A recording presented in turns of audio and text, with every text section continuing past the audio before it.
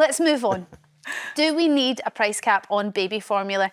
Campaigners say that current prices are effectively punishing mums who don't breastfeed, and the cost of baby milk has surged in recent years. But retailers in the UK are not allowed to advertise or offer discounts on infant formula because it might discourage breastfeeding.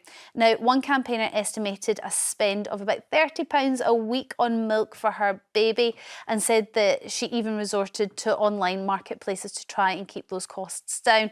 So actually, do we need to limit what the shops are charging for it? Do give us a call. 0207 862 2222 is the number. Paula, what's your thoughts on a price cap? Yeah, so I'm saying be even more radical than that, and push it to it becoming a universal benefit in the same way that we have child benefit, you know, regardless of the wealth. Look at how happy James is. Feeding babies, how dare we? Regardless of the wealth, you can access via prescription your baby's formula milk, however much per week. And that's what we need to be thinking about, because I don't understand why, you know, we live in such a nation where people furrow their brow at the thought of making sure that our younger generation are well fed. It is proved time and time again that investment in those early years in young people actually pays off hugely in the future. So maybe this is a good scheme. I mean, if we take a sort of average, a box of formula, this would do, I think in your peak formula use, it would probably do you a couple of days, maybe 2 or 3 days. £14.50, that's starting to take a big chunk out of that maternity money that you get. It does, but I think that there are a couple of things here. First of all, we've messed around with our marketplace, and we should learn from our history and experience of putting price caps on. So the price cap, when we applied that to energy prices, in fact, it made things worse. So I don't think price caps are the answer.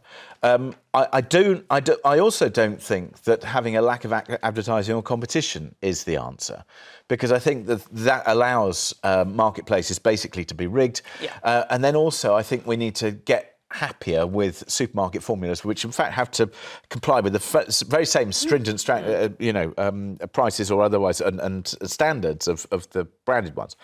And I do totally understand the pressures and encouragement of breastfeeding, all that sort of business.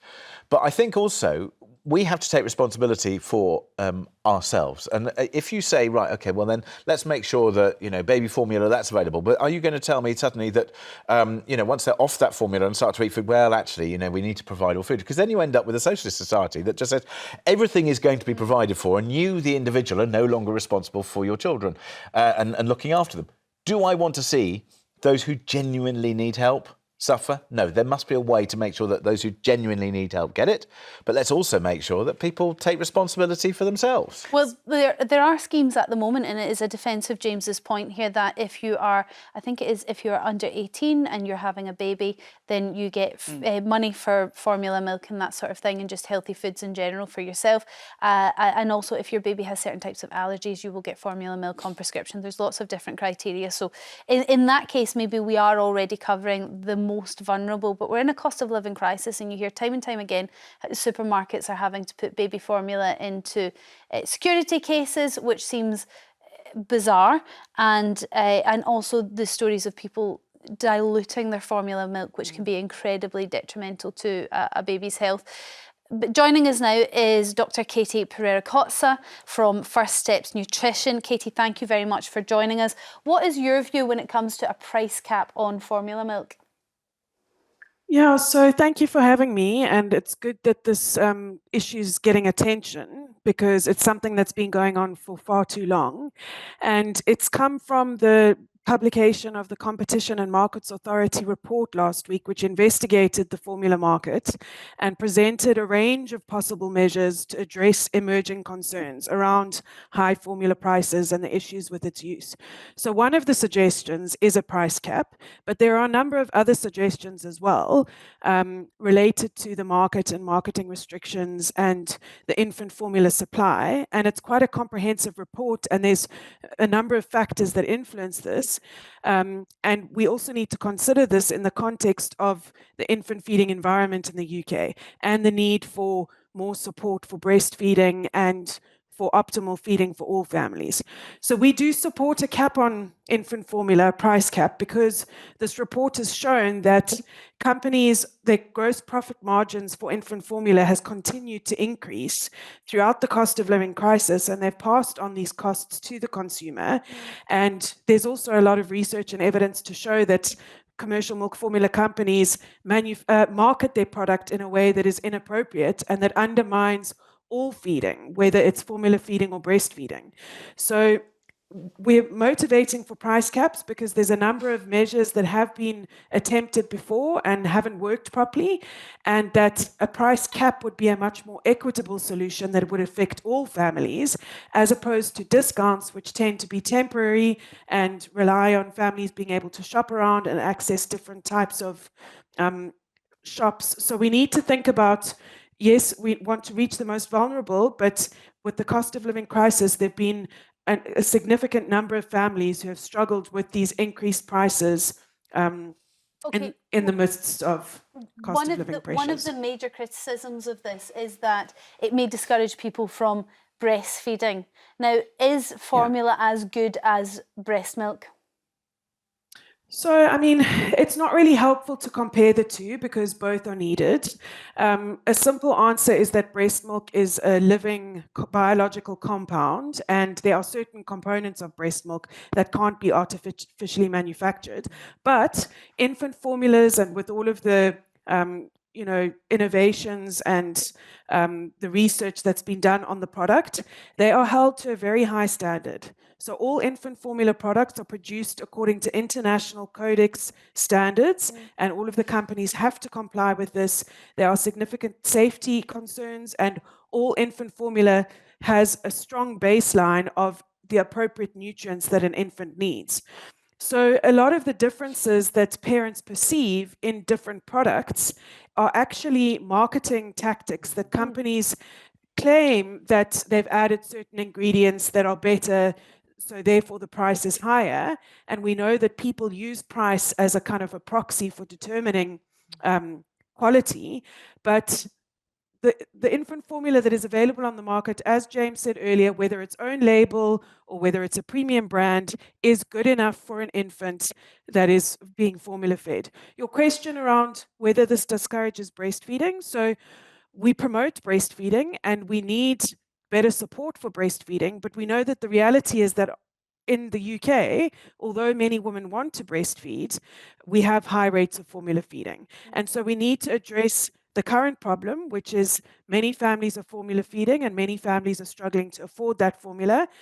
And this is why one solution is not going to fix everything. So the price cap is not the only thing that needs to be done.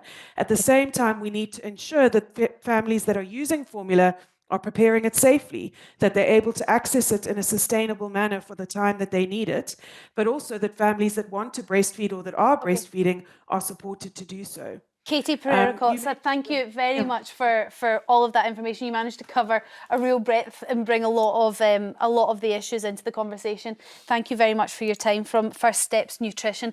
I want to take some calls on this to find out how you feel at home about it. Olivia from Hertfordshire, what's your view when it comes to a cap on formula milk? Well, my idea is that you don't need formula milk.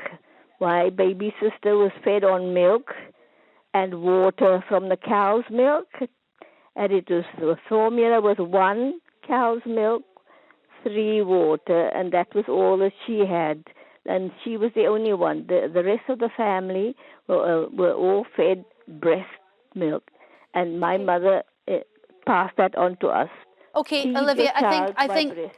I didn't quite catch the beginning there, but I think the advice now is that you don't give cows milk until they are a year old. So we wouldn't do that now. So the option is breast milk or formula for most mothers out there, and some mothers cannot breastfeed. And so they are forced into a situation where they are paying through the nose for formula because the prices have rocketed. Their maternity pay hasn't gone up. So we're in a situation where we are really causing new mums some serious stress just in feeding their children. Yeah, but look what a nuisance it is to make bottles. If they breastfeed, they get the immunity. Yeah, We Olivia, get fewer babies. nobody is saying that breastfeeding isn't absolutely brilliant, and if it's something that you can do and you choose to do, it is fantastic. It is literally put together specifically for your baby and to help your baby and provide what your baby needs. Incredible, fab. But some people can't do it, and some people can't get the supply up, so they have to mix and match. Some women are forced back into work, and it becomes too untenable to continue breastfeeding. But I appreciate that you are a huge advocate of breastfeeding, and we are not trying to underestimate or undermine that in any way, shape, or form. Thank you very much for your call, Avatar from Birmingham. What's your view when it comes to formula? I don't think capping works. You have to just see what's going on with the water companies and everything else. As soon as you start capping something, by the end of it, something has to start giving. And who caps it as well? Because if it's the supermarket, surely the manufacturers should be told to try and make it cheaper. Regarding breastfeeding, I completely understand that some people can't, some people can.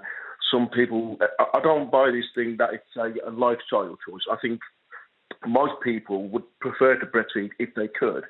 But I just think the manufacturers of this formulated milk need to actually readdress it, because it all seems to be about profit and not helping the mothers. Okay. All right, Avatar, thank you for your call. Emily from Essex, baby formula, do we need a cap, or is there something else we could do? Well, I think it should be free. Okay, Simple for as everybody? that. For everybody who needs it. If you can pay for it, then pay for it. But my story is I'm 49 now. My daughter's 29. And when I had her, she would not take to my breast at all. She just wouldn't. And it was not good for my mother. I was distraught, and I had to put her on baby formula. So without that, she wouldn't have grown. But I did get a lot of stick from my friends for not breastfeeding, and I couldn't. So it was... Yeah, that's Emily, just one story, though. There's a whole other discussion to have on the pressures of breastfeeding and how difficult it could be. I mean, perhaps your daughter had undiagnosed tongue tie. There's lots of reasons why babies find latching incredibly difficult. But maybe Katie's right as well. Maybe women need a little bit more support, because it is not, as people say, a very natural thing that you just get used to and you can do overnight. It is something that you really have to work hard at. And then even at that, sometimes your supply doesn't come in. Sometimes it isn't enough.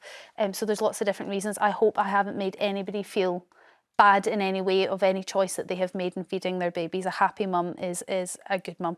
Emily, thank you very much for your call. I do want